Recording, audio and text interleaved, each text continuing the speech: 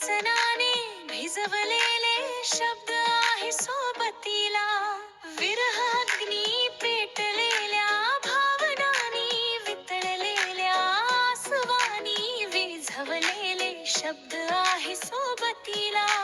शब्द करवी घाव केले जखम भरल्या, यातनांनी थिजवलेले शब्द आहे सोबतीला.